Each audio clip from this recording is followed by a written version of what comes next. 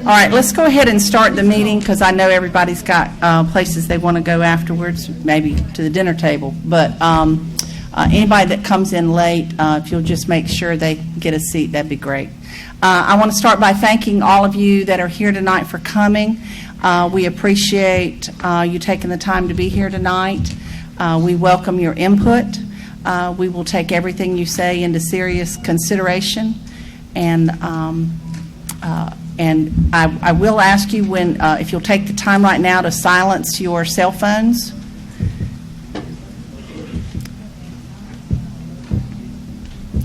And if you want to speak at the microphone, I ask that you speak into the microphone. If you need it adjusted, Randy or somebody can lower it or raise it. But speak into the microphone. This is a big room. We want to make sure that your voice is heard. If you'll do that. And while somebody is speaking, let's be considerate and not be chattering, because it's a courageous thing to get up and speak in front of people. So please be respectful and let's listen to what they have to say. And with that, I'm Carolyn Walker. I am the chairman of the school board, and I want to take just a minute, if you've never been to any of our meetings or watched them on TV, to make sure everybody introduces themselves. And I'll start here with T.W. I'm T.W. Allen. I'm from the Belhaven area, represent that Belhaven area. ECP Aurora. Jerry Draper, Longacre District. Like I said, Carolyn Walker, and I feel like I represent everybody, but I do live in Washington. Matthew Cheeseman, Superintendent. Terry Williams, Chocolate. Uncle Boo, Washington. Matt Hodges, Washington. And Butch Oliver is on his way. I'm sure he's got caught by the storm, but he will be here shortly. He represents the Bath District. And Mr. Michael Bilbrough, who also lives in Washington, is out of state right now. With that, I am going to turn things over to Mr. Cheeseman. Thank you. Good evening. Ladies and gentlemen, we're here this evening to share information with you specifically around choices that the Beaufort County Schools Board of Education will have to make shortly, and likely sometime during their board meeting next Tuesday night. Considering we are looking at the alternative learning program specifically for those students who have greater opportunities around credit recovery but also credit advancement, in order to ensure that they have a setting that is conducive to their learning. And so considering that, the alternative learning program has been housed here at the Ed Tech Center, and we're very excited with the success that they've had this past year with, I believe, approximately 49 graduates. So with that, I do applaud the teachers and all of the staff here at Ed Tech, including the principal, Ms. Vicki Hamill. But considering, as you look at budgetary shortfalls and also how do you actually support not only fiscally but also with personnel and resources an opportunity for a high-quality education, well, we're looking at the alternative learning program and specifically where it's housed and what opportunities we could have for that. But on the back end of that, we're also looking at the Ed Tech Center specifically around what does it cost to keep it open, what does it cost to maintain, and what potential costs will surprise us in the near future around what we're going to have to fix, repair, and potentially upgrade. So with that, there are two models that are actually on the table that the board will consider for next year, two considerations. And one of those considerations is to specifically leave the alternative learning program here at Ed Tech. So that is consideration number one. However, based off of the budget and based off of the staffing allotments and based off of the resource allotments, we would have to consolidate the staff, and meaning that we would have to go into a blended learning approach, meaning some of that would be teacher-based, some of that would be facilitator-based, and some of that would be online learning with a facilitator present. In addition to that, we would then have to look at how the building is used, meaning what wings would be open, what wings would be closed, what are the energy costs associated with that, what are the resource requirements of that.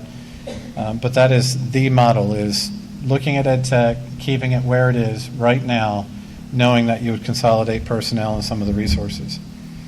The second model that would help us in order to make sure that the students had a viable opportunity and also clear a nearly $600,000 shortfall is to move the alternative learning program, meaning that educational institution, to Southside High School.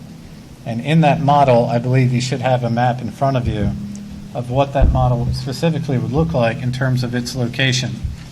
Now, part of looking at Southside High School means that you're utilizing a facility that in an OR-Ed study sponsored by our county showed that Southside High School was not at capacity. So we're looking at how we can utilize Southside High School specifically around space that would be available for this alternative learning program. So if you look at the map that I gave you or someone else in the room has handed to you on that single sheet of paper, you should see an overview of all of the classrooms and the facility of Southside. On the right-hand side where you see ALP and numbers 1 through 7, you see a map that shows you specifically where 7 classrooms would be listed or utilized for the alternative learning program. In these 7 classrooms, it would include a principal office, it would include an EC resource room, it would include a teacher or more than one teacher, including up to 3 facilitators. And of course, that room 7 that you're seeing is marked would be a technology lab, possibly for coding and other curriculum items for students. And so what you're looking at on the far right-hand side of the map is an entrance-exit door where students would be dropped off, coming in by transportation by bus, so they would be monitored coming into that wing. Remember, this is not a model that would include middle school students, as the board has elected to keep Snowden and their 6 through 8 middle school model at Snowden Elementary School. So just to correct any forecasting of confusion, this is solely for Southside High School's grades 9 through 12 students and also alternative learning program. So with that, you would have restrooms right across from room 7. You would also have a teacher lounge there, meaning some type of prep room for teachers. And then the foods lab and the high school business lab would remain there, as there are typically CTE classrooms for Southside High School. The nice part about this is these are students who would be going to Southside High School through the alternative learning program who are part of the Pathways program. These are not students who would be co-mixed into a high school that have been known to be violent offenders. These are not people who have been dealing with guns and knives and other types of criminal activity. These are based on students who need additional assistance, students who need a great environment for learning, students who need to be loved in that manner. But in short, students would be safe in this environment also. So in short, the CTE labs that are present between room 6 and 7 on your map, you would have some crossover with Southside High School based on scheduling. Now, the nice part about this design, the way Southside High School has actually arranged their schedule, is it would not be one-to-one, meaning Southside High School students would have a bell schedule that is slightly different than your alternative learning program, so they would not actually be in the hallways at the same time.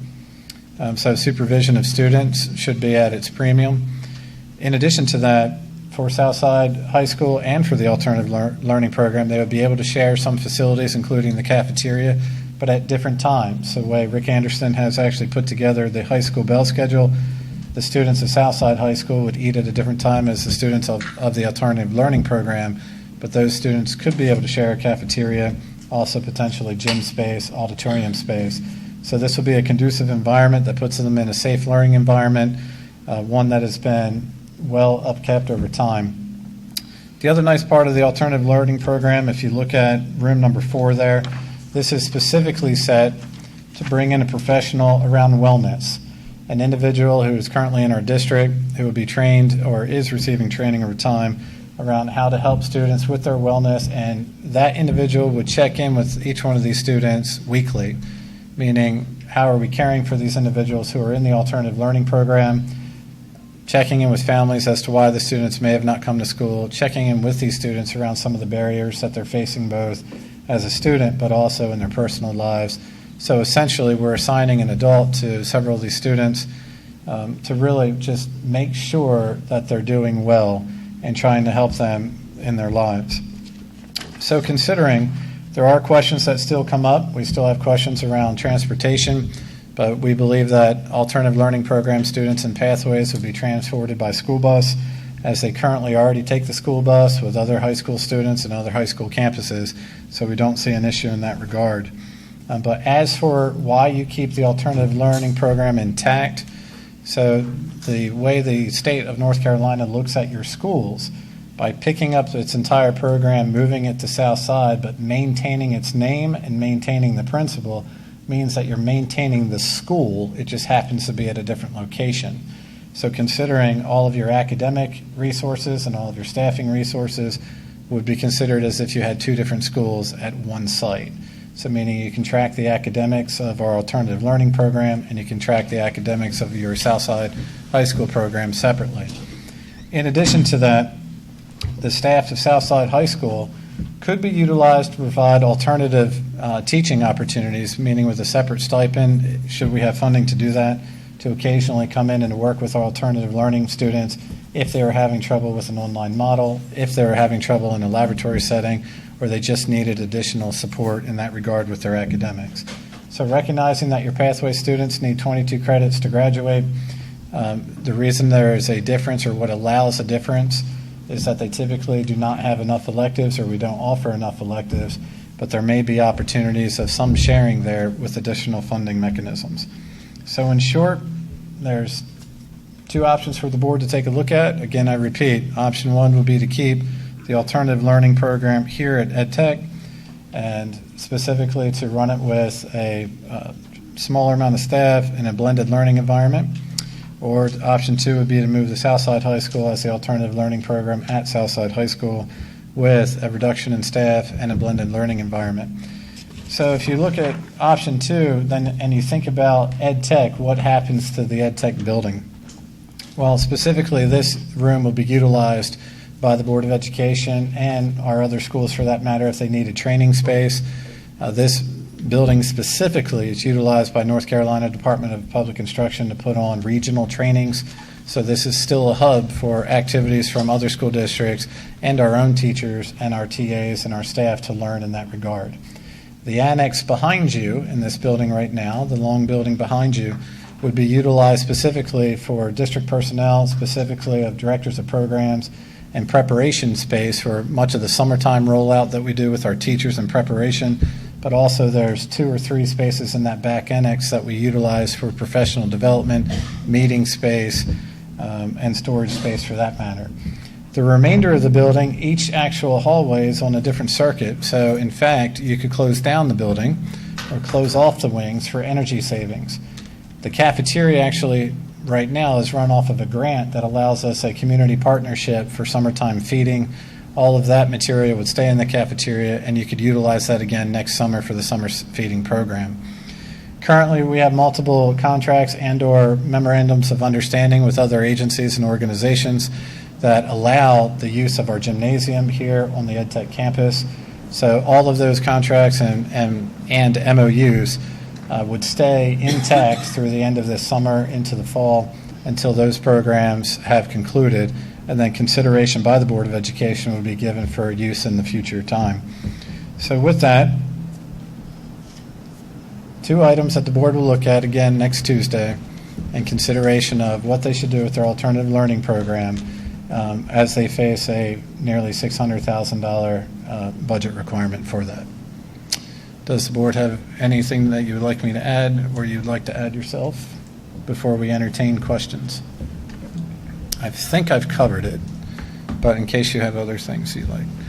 All right, so with that, if you have questions, we would love for you to come to the microphone and please state your name.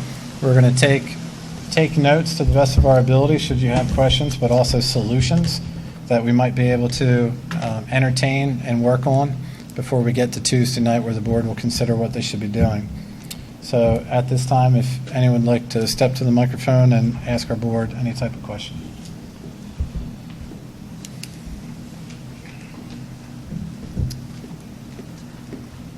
I think it's on. Hello, Hello. Yes. If you can state your name. my name is Anita Purser. I have a Southside student. Come on. I am curious, you said that the non-violent, non-drug, whatever, students would be housed to Southside High School. Where would the remaining students be put? Typically, you would identify on a case-by-case basis students, who may have had some violent issues or other type of criminal issues. You would look at them on possible homebound activity, meaning educators would travel to their space or a neutral space, meaning if it happens to be a student that doesn't have a typical designated home, then you would identify a space where we can educate them accordingly. Okay, my second thing was, it's my understanding, and I may be completely wrong, the EdTech program is to take children that are not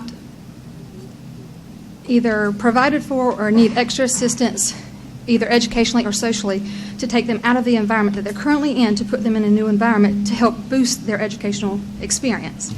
If you're taking them and putting them in a different hallway, how is that changing their environment? Sure. Well, first of all, many of the actual alternative learning program students, and that's the way I'll say it too, because they're not identified by their building. So they're identified because they're in a Pathways program. So these are students who have been relocated from other school sites specifically. So the students in the Pathways program are typically students who may have just fallen behind, had life issues, may have become homeless from a storm, may have had a family issue of illness, may have been pregnant or coming back, but there's been something in their lives that has changed. So therefore, they are still very capable of doing the work. Now, to answer your question, sure, they might not be in their home schools anymore. And so moving them to Southside High School is still a change of location, but in this case, it would be a change of location into a more conducive learning environment, specifically around what the building would provide. Now, when you look at the map specifically and you see the vertical line that's drawn between the one and the spaces, this is where the school would separate between Southside High There School. would be a physical barrier there? It's not a physical barrier. Okay, No. I mean, I know there's not one there now. I'm just No. asking, would there be one put there? It's not a physical barrier because these are young people who deserve the same rights and privileges of an education as the students in any one of our other buildings, who should still be treated with respect because they are not specifically designated as criminals of society, but these are students who need a chance and need an opportunity. And so considering that, the transition is specifically adults right there where the principal's office would be, one of our other directors sitting in room 4 there who'll be working with students. But in short, these are, not roadblocks that say you can't come past this marker. The other How part many of that, students are you thinking, I mean, because you're saying, you only 35. have 7 classrooms, how many yeah, you're students? in Pathways program right now, you have 31 registered with 11 on a waiting list, so you're about at 40, 42. So this is not an entire school, like a volume that you would think in the back of your mind. So where were the other students that come currently here? Because you just graduated 50-some students, is that correct? You graduated 49 kids, yes. So, okay, if you have 50 in that graduating class, how many is in the next one? They So didn't all attend physically here. Some of them were online students. Okay. Right, and some of those actually were mid-year. So considering that, there is a transition. So some of them finish at different times of the year. Some of them enter in at different times of the year. Sometimes there's behaviors or circumstances in their lives, say in November or December, that would help them if they come into an alternative learning program, and they might actually transition out in March or April. So there is some fluctuation in that regard. But this is not a school that would so much so grow that it would take over Southside, because you're actually in control of the process. Okay, well, thank you for your Great time. questions. I really Thank you appreciate so your much.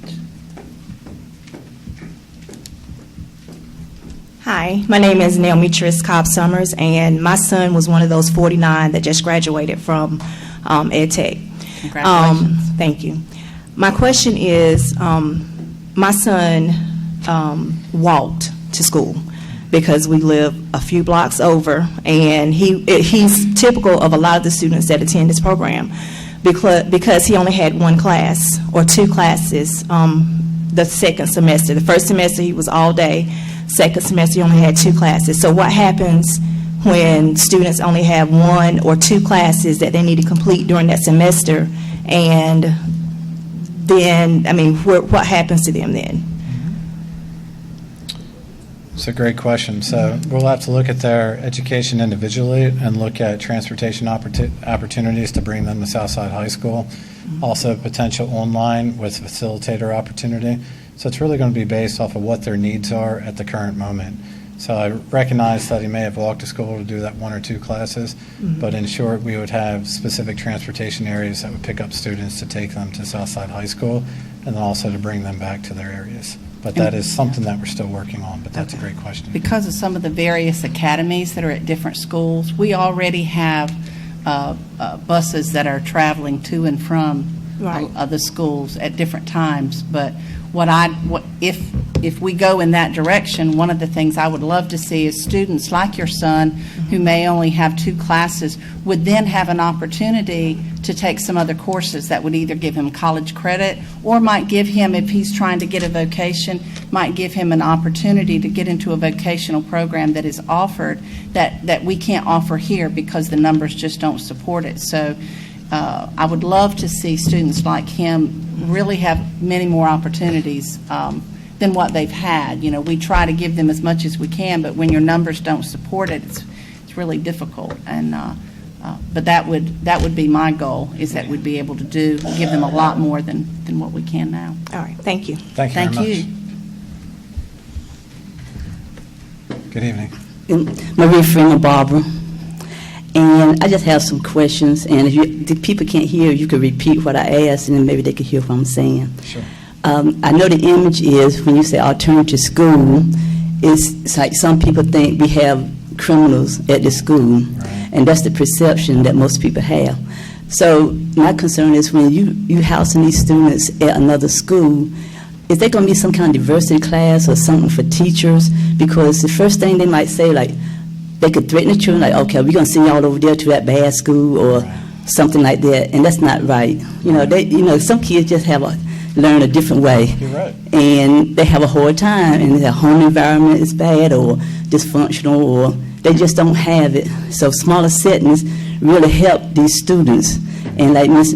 Summer said, it helped her child come to a better level than where he was, and that's what it's supposed to be about. I was just wondering about the alternative students. We don't want them to feel alienated or mistreated or something like that. And that's what happens, because when the first they were talking about violence, I mean, these children are not violent. They might break out every once in a while with a fight.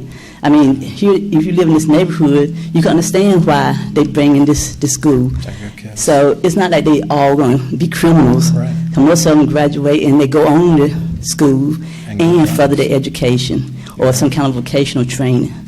So my concern was mostly the kids, worrying about how people on campus are going to treat them if they see them in the hall, or if they make them feel bad or something of that sort. Sure.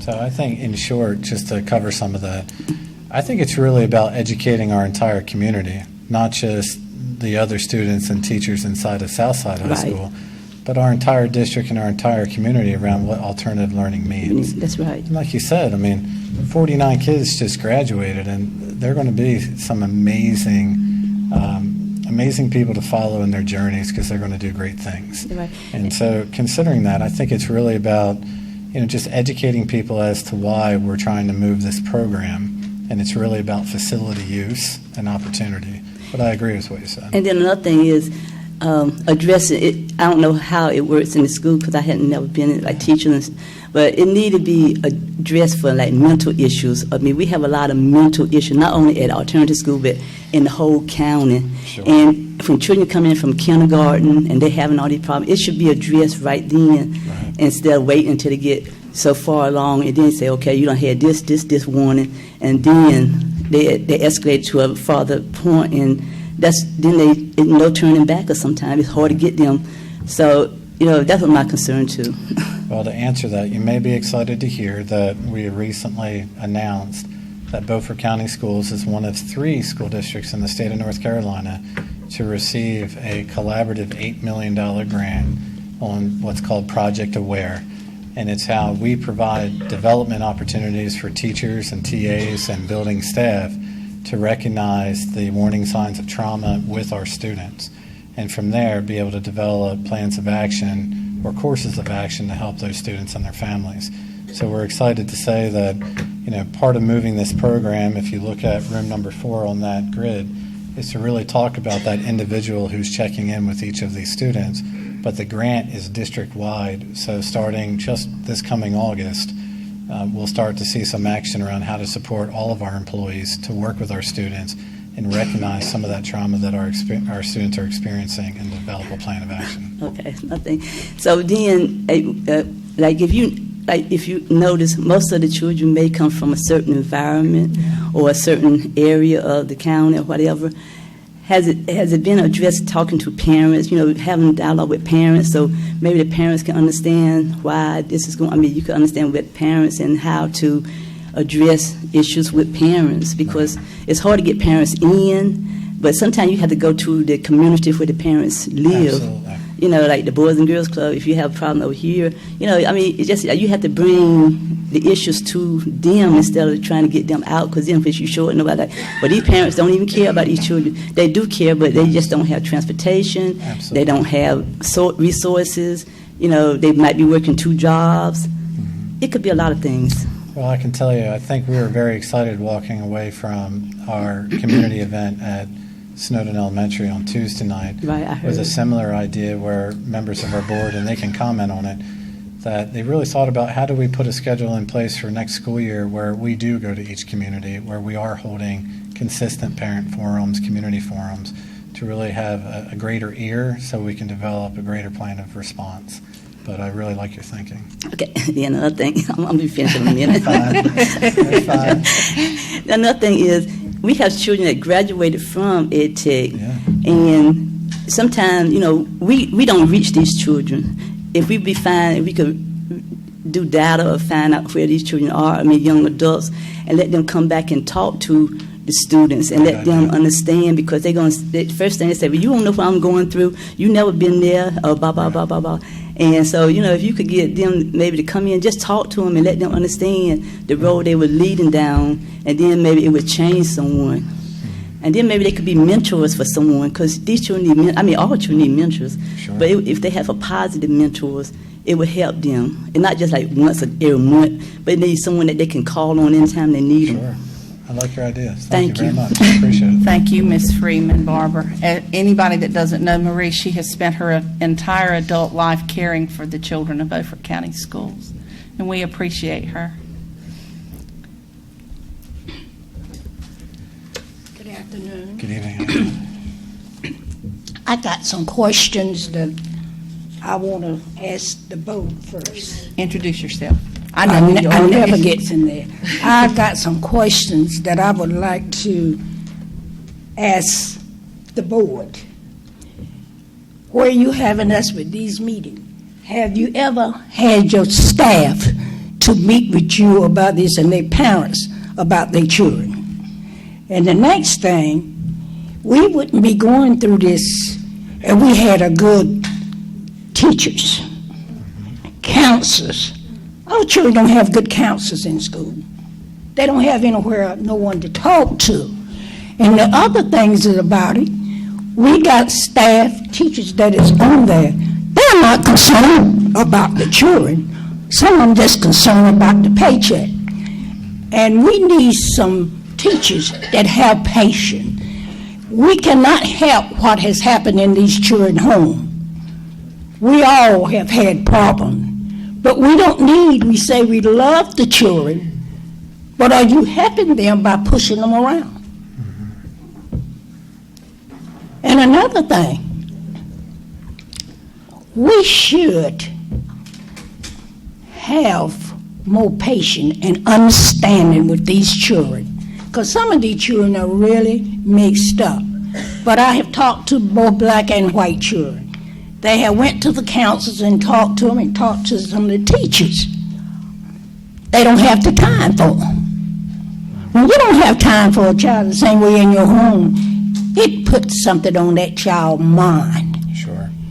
We need to, instead of having all of us sitting in here, you need to go through your teachers, because there are some of them that need to be retired. They don't have patience.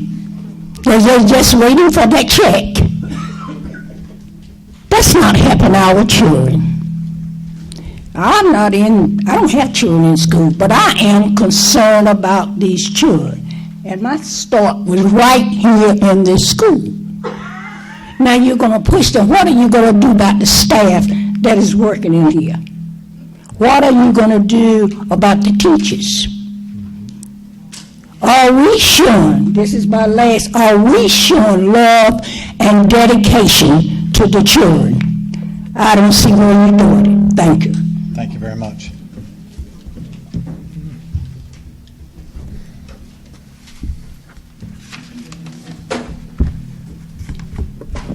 down. There you go. Good evening. Good evening. My name is Liz Shinohara, and I teach at the high schools, and I've seen some kids sent over to Ed Tech. But I don't know enough about its day-to-day running, and I've got a couple questions, and the first is just clarification. What balance do they have here and now, until now, between online with facilitators and actual teachers? Because it sounds like either of the two alternatives you're proposing, that balance is going to change. Is that so? Yeah, the balance would change based off of the availability of teachers and also the budget and the allocations we have. So some of that would be a blended learning environment, whether you kept them at the school or you moved the program to the alternative learning program at Southside High School. There would be a blended teaching environment. So yes, they'll have a teacher in front of them. They may have facilitators in front of them, but they may also have online opportunities based off of what their strengths are and what their abilities are as a student.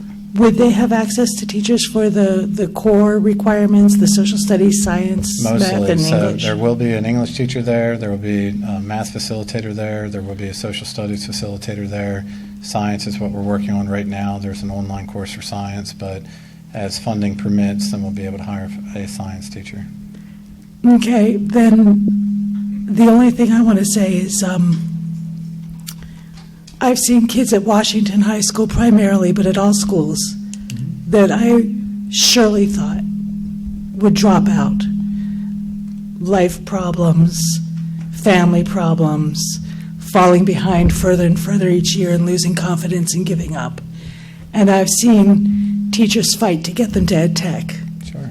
And the faculty here that I've seen and the staff here that I've seen over the years, including the present administration, I think that what makes Ed Tech incredible is that the classrooms are small, the teachers know everything about the students, the administration knows everything about the students. One of your past principals told me one of the things she loved most about being a principal at Ed Tech was that when kids come in who just need to chill for a while to her office, she helps them with math, and she was really glad that she could get back and teach some more math. And every time I come over here and check in on my students, that's the atmosphere I see. And the two plans you're suggesting, I'm afraid that they're going to lose the access to the caring, personalized, one-on-one attention from teachers, from administration. Online, to me, seems mainly a supplemental thing. And if they don't have the self-discipline to succeed in a regular classroom in Washington or Southside or Northside, I highly, highly doubt they'd have the self-discipline to succeed through online primarily. I'd agree with that. So I'm wondering how you'd address that. Sorry, I'm just trying to keep the echo down. Yeah. I'm going to stand away. My turn on today. So in either model that the board is looking at, you're going to have teachers, facilitators, and adults in these classrooms working with students. So yes, students may be doing online work, but you'll still have the adult, the educator in the room that will be able to help them with that. It may not be direct instruction at a whiteboard for a student, but it may be actually individualized sitting right next to them. So in short, you do have qualified, certified educators who would be going to Southside High School. You just may not have as many. Like as an example right now, you already have teacher vacancies for this current program here at Ed Tech, where people have either retired or resigned. And so we have some of those vacancies now that would collapse. So you would have a well-structured program at either one of these facilities where you would still have a teacher, facilitators working in that classroom with students. Some of it would be direct instruction, some of it would be more choral instruction, group instruction, and then side-by-side online instruction. Would the facilitators be teachers? Some of them like are. their education, Some of them are. their yeah. background? Mhm. Okay, thank you. You're very welcome. And just for the record, the staff that works here is phenomenal. Absolutely. Absolutely. Actually, that's what I was about to say. My name is. I was trying to beat you to the punch because I want you to know that's how we feel about you. My name is Stephen Menninger. I'm a middle school teacher here at the Ed Tech Center, and I want to start by thanking you all for having this community forum and for the people who came out tonight to speak. I just have two statements I want to make, and the first one would be that the teachers at this school, I think, are phenomenal, and I'm not just saying that because I think I'm phenomenal. I really don't. I think I'm average, but I've worked with people here, and I'm going to tell you, we deal with things at this school that teachers don't deal with at other schools. As far as caring about the students, I'm going to tell you, I get cursed at quite a bit, I get disrespected quite a bit, but I know that they're not doing that to me. They're mad at somebody else in the world, and they're just coming here to take it out on me. And I don't have a problem with that, all right?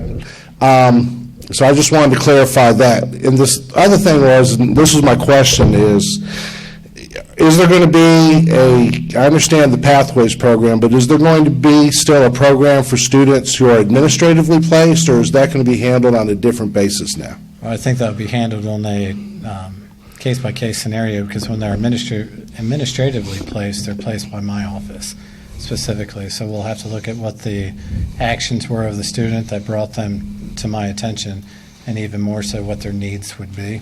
And so that could be a placement in Pathways. That could also be homebound instruction. That could be neutral site instruction, whatever that might be, until that child is ready to go back into their environment. All right. I thank you very much. You're welcome. Hi, my name is Darrell Cradle, and I was raised in the city of Washington. And Washington, P.S. Jones High School has a lot of meaning, black history to us. And the way I see it right now is why I left. I left in the 10th grade because this school here had to go to Washington High. And this is my community. So I should learn around my community. And I just think it's impossible for everyone to be closing down this school here when this school means so much to so many people. The other thing I want to know is that $600,000 that you're closing this school, that you want to take part of the program to another school for $600,000? You just said you received $1.some million.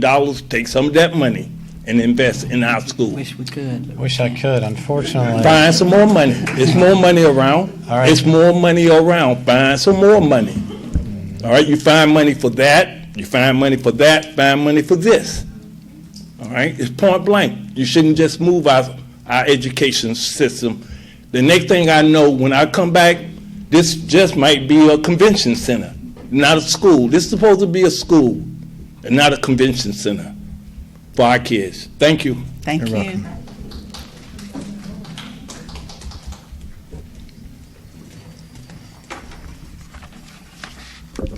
Hi, my name is Catherine Schumann, and I'm here representing Teach Sports. We used to be primarily a homeschool sports program. We've had the honor of using this facility for some of our sporting events, and we've had the privilege of having ed tech kids play with us the past couple years. I have nothing but good things to say about having those kids on our team. They get mentored by our coaches. Whether you leave the students here or move them, would you guys still consider letting us use the gym and offering sports to the kids from the alternative education? So for the current summertime, the Board of Education will honor all of the MOUs and contractual agreements that they have, but then that would be a Board of Education consideration based upon a request in the future. Okay, so we could bring those requests to you, and then you guys would decide. And you can bring them to me, or directly to the board, but if you brought them to me, I would be sharing them with the board. Okay, But thank yes, you. ma'am. And I want to add that I had the privilege and the honor of attending the graduation, well, all four of them, but the Ed Tech graduation was held at Beaufort Community College. And you could tell that these kids love their staff, love their teachers. I don't think it matters if it's a facilitator or a principal or who it was. You could tell that they loved them. The hugs and the wishes were just so evident.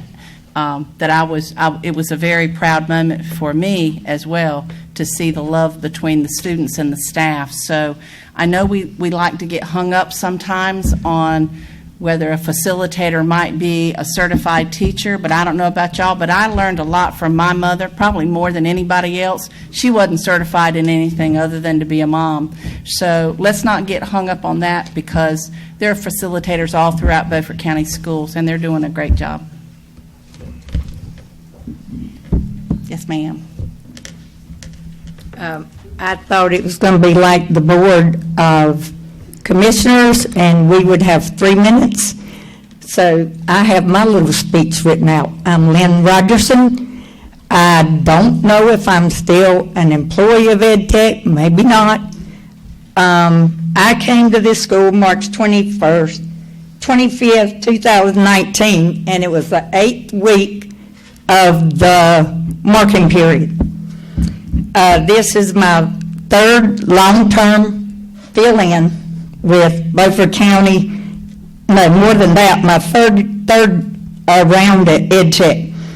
As I became familiar with my students, their progress or their lack therefor, I determined where they were academically, and it was not pretty. I was responsible to teach biology, earth science, and physical science. Thank you for the 2 teachers that were monitoring these classes online at Washington High School and at Northside, doing the curriculum, the grading, and the grades to that date. Prior to me coming on board, these classes were monitored at EdTech by multiple subs and a facilitator in the computer lab on site in the 200 building while I was at Southside in January and February in the occupational program. Week 8 of the 3rd quarter, I had a science student, Earth, that logged in one time to his teacher at Northside. Well, when I came in the 8th week and grades are due next week, he has a 0 because he's done nothing. And I met with him and we talked with him, and it took the whole school to get him to be convinced that his teacher was no longer the one online that I was. And this is what he said, I paraphrase. He said, I don't want to work because I'm still going to fail. I asked him to just try, and he did. He went from a 0 in the last marking period to a 91. We completed the whole entire curriculum.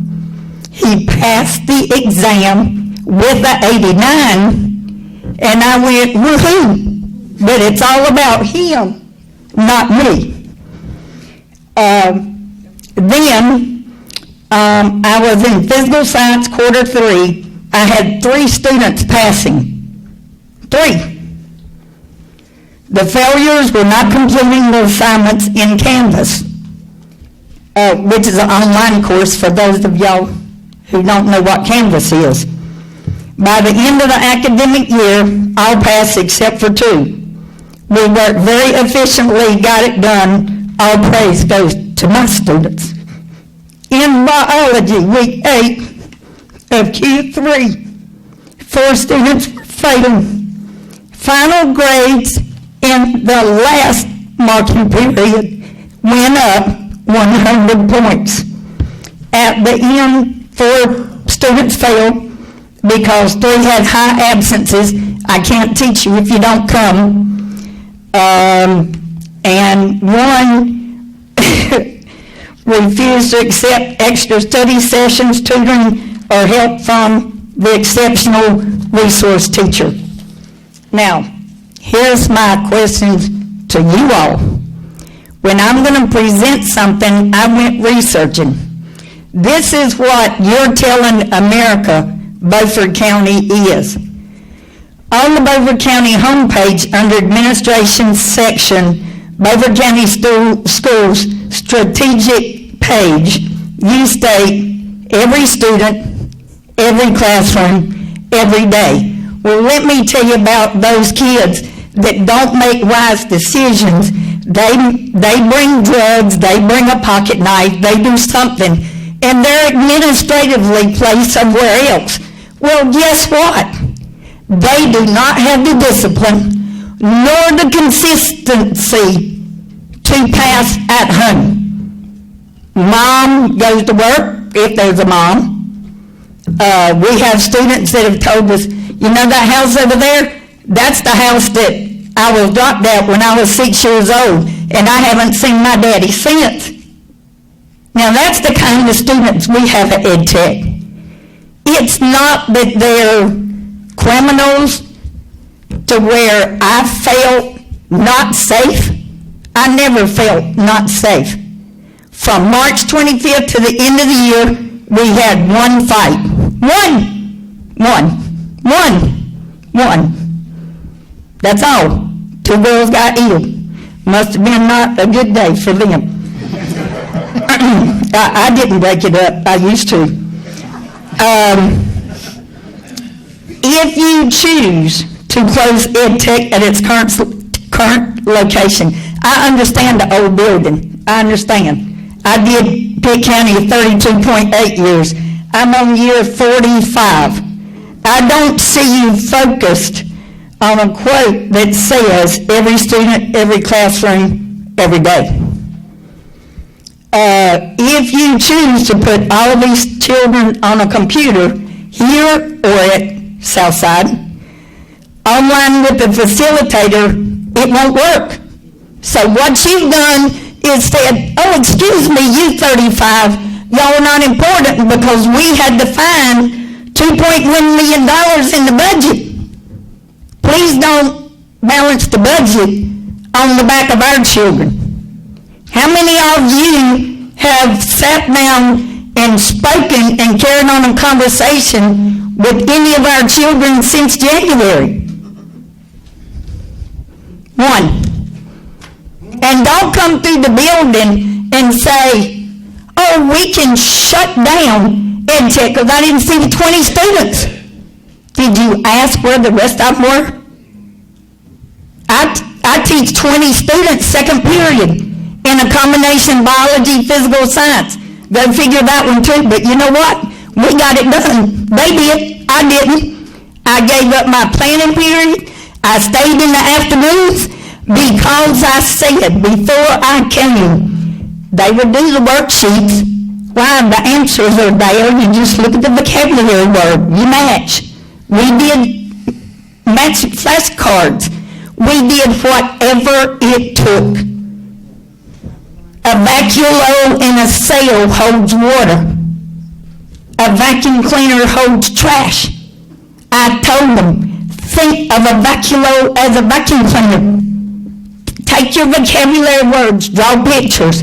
They know what picture they drew. I don't. It's not my place for them to, I am not a memorizer. So when I was doing EMT training, we had to learn the kinds of shock. Well, our instructor said shrimp can. Well, to this day, S is septic, H is hemorrhagic, R is respiratory. I can go on and on and on. But our students are not memorizers, and they're not going to be successful online at home. They were not successful online at Ed Tech in the first room on the left. One more thing. Biology is hard. There is 135 sections with 12 units. Do you remember everything about plants and your cells, and do you get your traits from your DNA or your RNA, or how many chromosomes you have, or the double helix, or all that kind of stuff? Biology is hard. I understand you don't have a science person. That's not good. Biology's hard. So what we did when I came in, we went from where we were forward, but in the extra minutes, we went back to Unit 1, microscope, Unit 2, cells, Unit 3, heredity and growth, to get their average up to where they could pass at the end. I had 2 fail. That's because they didn't come to school. I can't teach you if you're not at school.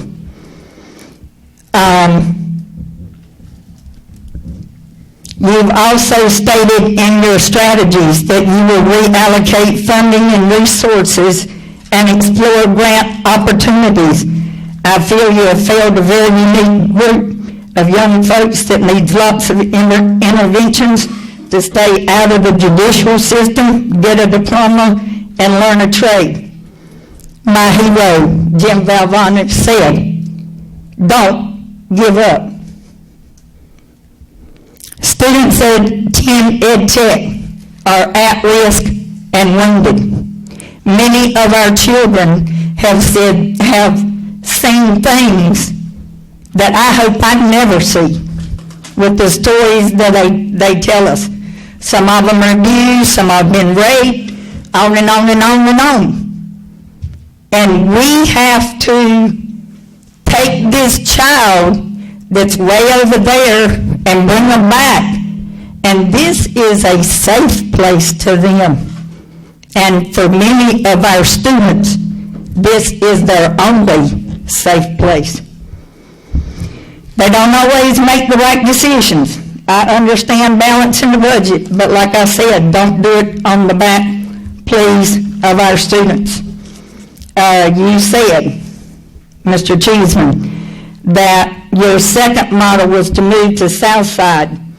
We would have a principal and exceptional children's teacher and one certified teacher. I applaud my cohorts that I have worked with here that were facilitators prior to this year.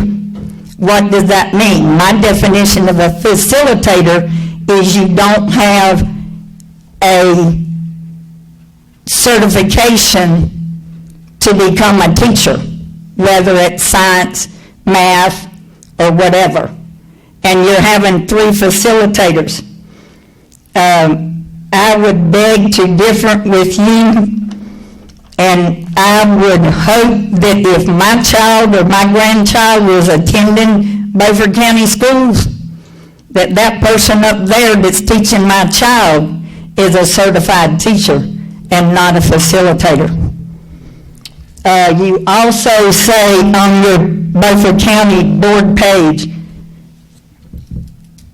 3470, alternative learning programs in schools, purposes. The purpose of an alternative learning program or school is to intervene and address problems to prevent a student from achieving success in the regular educational setting. Number 2, to improve the risk, to reduce the risk that a student will drop out of school by providing resources to help the student resolve issues affecting his or her performance at school. Let me tell you another thing about our students you maybe don't know. They're hungry. You can't teach a child that is hungry that the last meal they had was yesterday at lunch. So what did I do? I'm a part health educator because I'm a physical education teacher also. I brought oranges, cuties. I bought a 3-pound bag. You have to work, I'll give you a cutie. Did the same thing at Southside. Let me tell you, those children, they'll work for a cutie or a 15 bag of chips. Y'all should come meet them. Ms. Rogers? Yes. You know I love you, but you've gone way beyond 3 I'm good. minutes. I did tell y'all that the staff loves their children. Good evening. Good evening.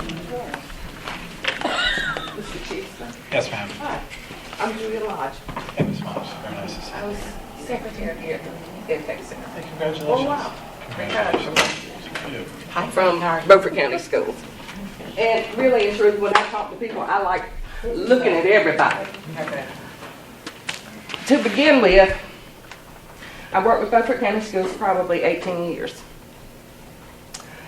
I graduated from Washington High School in 1974. I don't have many questions. I just have lots of experiences that I've gone through. Some of these kids, I mean, you can't help but see. We're not dumb. Some of these kids that come here are already labeled. They're targeted. And it just really, I don't even know, it astonishes me that a middle grade or fourth, fifth grade child has got to come to an alternative school. So, we've got counselors. We're supposed to have professionals. We have teachers. We have principals. But let me tell you something that I've experienced with principals, some of these principals. You can look at them wrong, and they're ready to send you out the door to ed tech or to find another job. Now, we need to come together as a whole community, the board. Stop sugarcoating, stop saying all these sweet things and going out the door and just leaving it right here. It's frustrating. Yep, they need an alternative school for some of these children. I've seen some of the richest white kids, some of the poorest black kids, some of the richest black kids, some of the poorest white kids. It's a whole conglomeration of children. And you sit and you can talk to some of them, and really and truly, they feel like they weren't even given a chance to start with at their regular school. I think this goes farther than closing ed tech.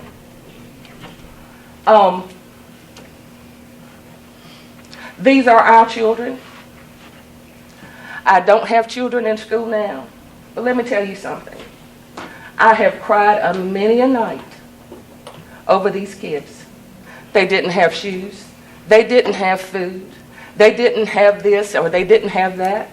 And let me tell you, I am by no means on this salary and that little Social Security check, got no whole lot of money. But I have really sacrificed and bought for these kids just so they will feel normal, somewhat normal.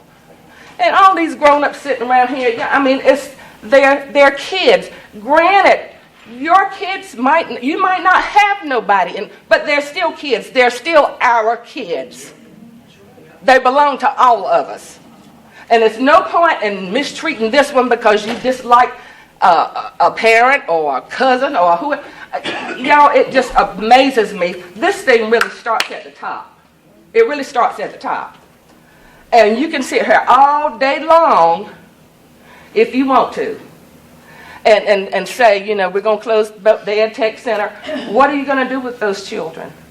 I understand what you're going to do with those children. Some of them really shouldn't have even been here to start with. If they were counseled properly, if they were treated properly, with respect, that's all most of them. And the education is free. But, and excuse me, but it's like we're all grown, but you got to go through hell to go to school. You got to go through hell to get a job. What's wrong with this place? This is Washington. I left and went to ECU and worked 12 and a half years and came back here. And let me tell you this. When I left, I had applied for a job as a secretary and told that I was overqualified. Went to ECU and got a better job, but came back here, applied for somewhat the same job, and I finally got it after all those years. I mean, this is, yes, I'm older, but there's some major problems in this community. It's not it's not even about Ed Tech. It's about our board, our county commissioners, our communities. Some of these parents I've seen I want to put in jail myself. I mean, really and truly. Some of these teachers I would love to fire.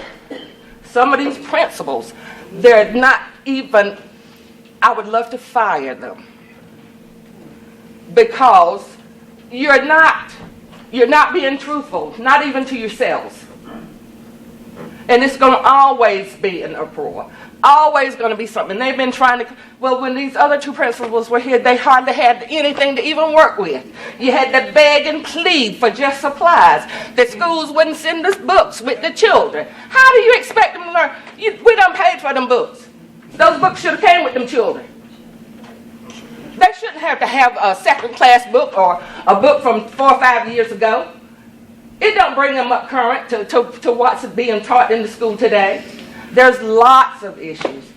Welcome to Beaufort County, Mr. Chief. Thank you very much. Come on, Miss Lodge, we don't want him to run away. I said, come on, we don't want him to run away, we just got him.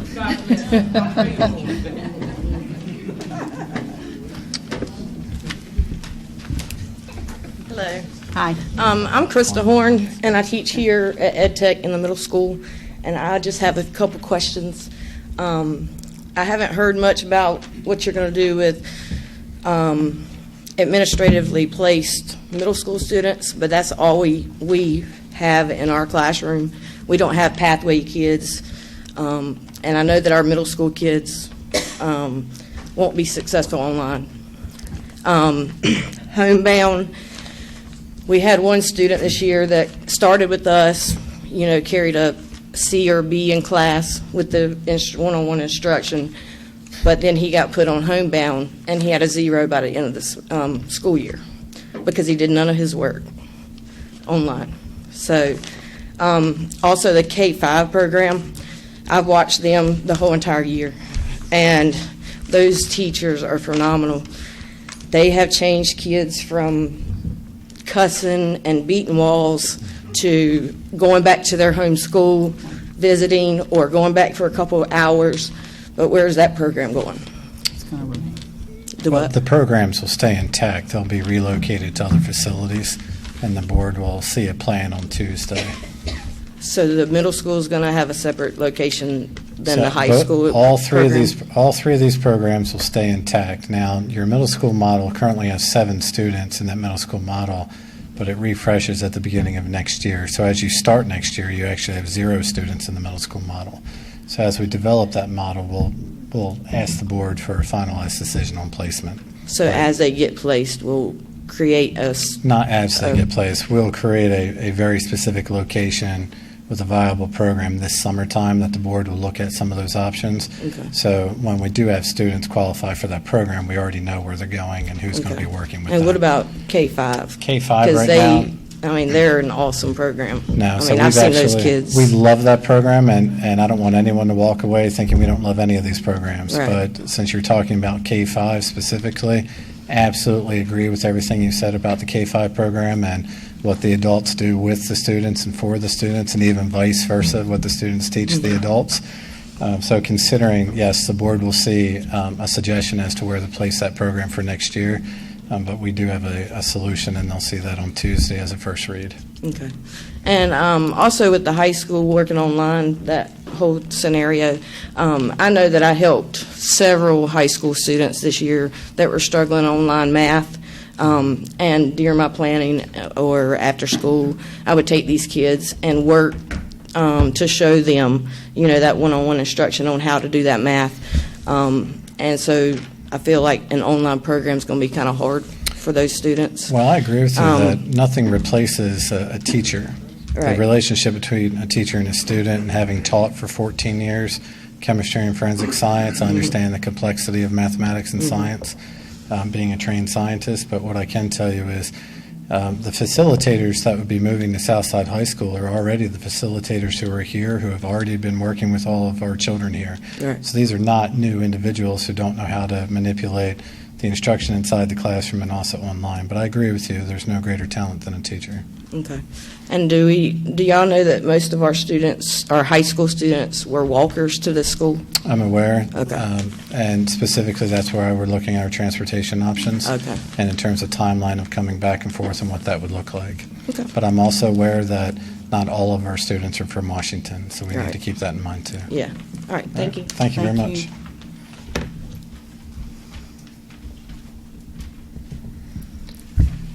Do we have anybody else that wanted an opportunity to speak? If not, we'll close. Yes, ma'am. Come right on up. I'm Georgia Smallwood. Hi, Ms. Smallwood. Hi, how are you? Good. As I've listened, the one thing that kind of worries me is this question here. How receptive are the students going to be to the idea of you disturbing them from ownership of a school because we always say, my school, and you're sending them to their school. Now, the programs that you have given, the accommodations, they sound really, really beautiful. But have you thought about how receptive the kids are going to be to this? First of all, I have come to EdTech, and as I walk in this building, there's one thing that I felt, and that was those kids, they felt included, they felt welcomed, but I don't see them feeling welcome into a place where they were isolated off to themselves. And I know that's the best place. I mean, I like that. But we also have to think of feeling. Nobody wants change. Sure. These kids are already emotionally, socially, academically, and of course we can go on. So why would you put them in a state of mind? I've heard several people say that absentee was a problem. If I'm not comfortable at a school that you're sending me to, and you're taking me out of my comfort zone, how do you think I'm going to react there? And ever who goes to High Side, I'm not talking about you because I know you are a good place, but I'm just talking about how do you think this is going to affect their behavior? Sure. Because that is one thing that really concerns me. You know, at EdTech, I noticed this school has been a great life-changing option. And I've heard it from so many different people. And not only have I heard it, I have seen it here. I've even talked to kids. And when my husband and I visit out here, I say, I even said to the principal, where is she? I said, oh, there she is. I said, these kids feel so comfortable here. This is their home. This is ownership to them. They will never accept Southside as theirs because they are being transitioned someplace else. And another thing I had up here. This school, and I've talked to this little boy, I wish I knew his name. He said to me, this is where I found my way. And I'm thinking, what in the world has happened that he had to be transmitted from a non-traditional school to a school that is, from a traditional school to a non-traditional school. And he found his way in a non-traditional school and couldn't find his way in a traditional school. Southside is a traditional school. I don't see how even in a separate wing that you can take a child from who has already been in a traditional school, couldn't work in that traditional school, and send them back there. The program sounds good, but my feeling is how are these children, the effect of it on the children, effect of the move. So, Ms. Smallwood, if you don't mind, go ahead and you can say, and I'll respond to some of this. Thank you very much. Let me say this, and I need you to understand. So I'm from New Jersey, I'm from Pennsylvania, I'm from California, I'm from Illinois, and I'm from North Carolina and West Virginia. I've been in many places of the country, including Philadelphia, Chicago, Oakland, Sacramento, and Charlotte. I've seen a lot of things, and I've seen a lot of behaviors. So I absolutely agree with you when you talk about emotionally, socially, and academically. And when you talk specifically about life-changing opportunities and life-changing options, and when kids come here, they get connected to it. Yes. But remember, in this program, as a Pathways program, a majority, if not nearly all, don't start here. So they have to make a transition out of their school into a new environment. Now, considering that, one of the greatest ways of students becoming part of that environment is the relationships they build with the adults that love them and care for them, including Principal Vicki Hamill, including the teachers that will be there. So when I look at this opportunity, I don't look at brick and mortar. And yes, they'll be down a hallway, and they won't be in a huge school, but they will have still their own school in a sense of the relationships that they have with their educators, the relationships they'll have with their families. But when you talk about, finding their way, our students don't find their way through brick and mortar. They find their way through the educators that provide the opportunity of that tough love at times, who grab them and hug them and squeeze them and say, you are going to sit down and learn, who check on them after school and before school. And I understand the value of EdTech, the building. I understand there's a historical perspective to it. I would love to protect that.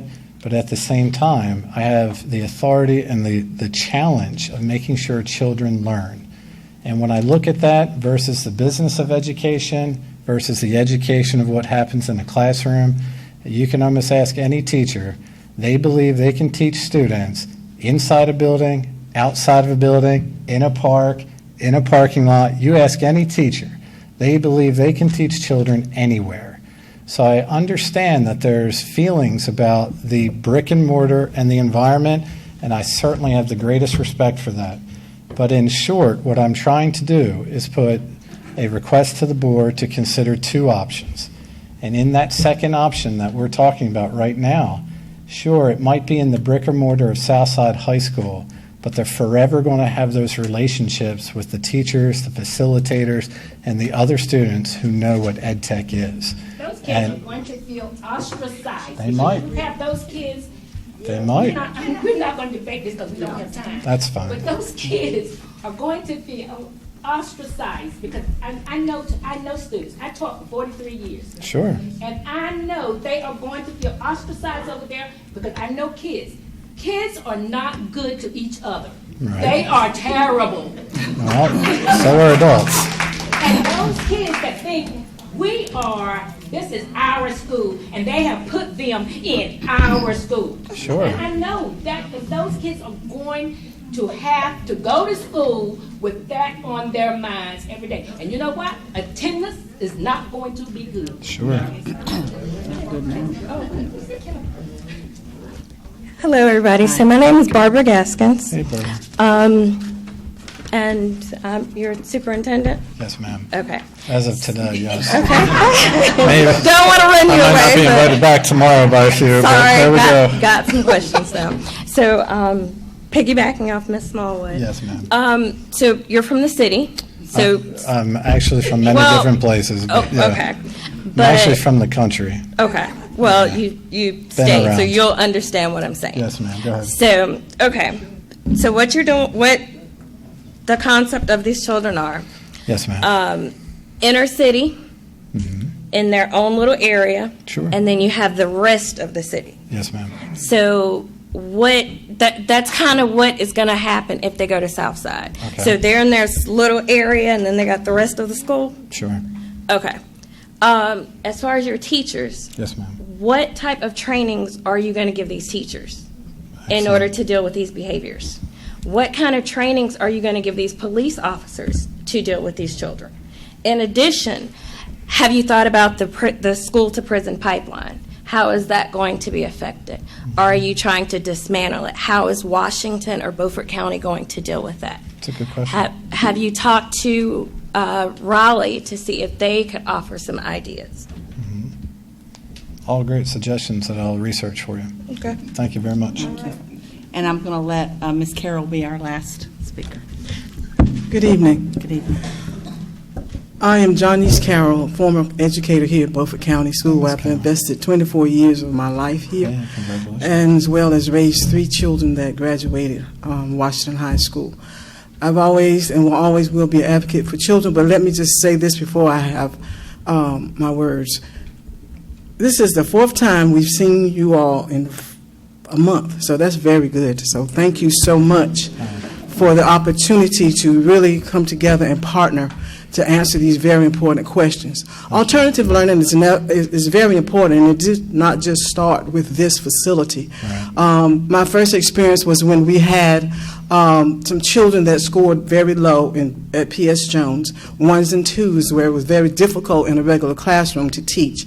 So we decided, 3 teachers, that we would have classes that would provide the needs for these children in a smaller setting where they could be successful. So that was my first experience with alternative learning. But the thing that bothered me was because they were still in an environment that did not understand them, they were gawked at and they were judged. So I agree with Sister Smallwood, Miss Smallwood, I'm sorry, this is my church name for Miss Smallwood, that community is very important to the success of all of our children. And the children that do well in a larger setting, they're going to be fine wherever. But the sense of community and identity is very important. Because even some of the children that were in the class was not behavior problems. Some of them needed smaller one-on-one time. They needed an opportunity to have someone to believe in them. And when we believe in them in the area in which they can perform the best, they will do great things. And at the end of that term, we looped up. We stayed with them for 2 years.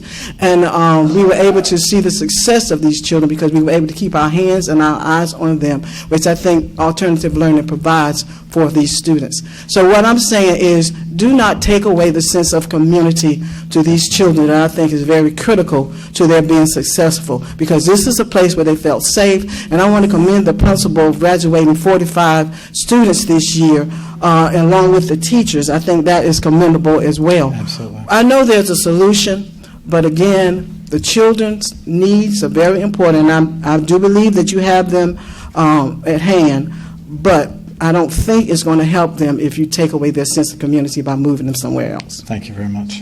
Thank you, Ms. Carroll. I said no more, but I guess I need to let Mr. Booth. Thank you, Ed. Go ahead. Thank you. I'm Ed Booth. I'm not a commissioner. I'm not speaking for the Board of Commissioners.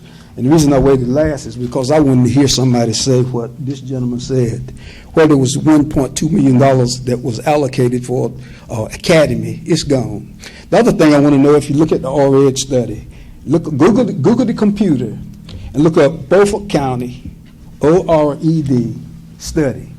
Nowhere in that study did it mention Ed Tech. I commend you. I call you and I talk to you. I commend you highly for defending your school. I commend you, and I stand with you arm to arm. And this is the reason I stood to say this. It's not necessary to close this school. It's not necessary. It's a cop-out. We are taught as elected officials, get the low-hanging fruit. The people that got the least resistance, that's who you beat on. If I was going to fight somebody here tonight, I would get here. I'd get somebody I knew I could beat. And Butch, if they ever go at your school, I'll stand with you, shoulder to shoulder, and I will ask these people to come with me. If they're thought about closing Northside like the ORED study said, we couldn't have a meeting in here tonight. You'd have to have it at the football field. This is wrong. It's wrong. It's wrong. And let me ask you something else. Can you catch a greased pig? Thank you.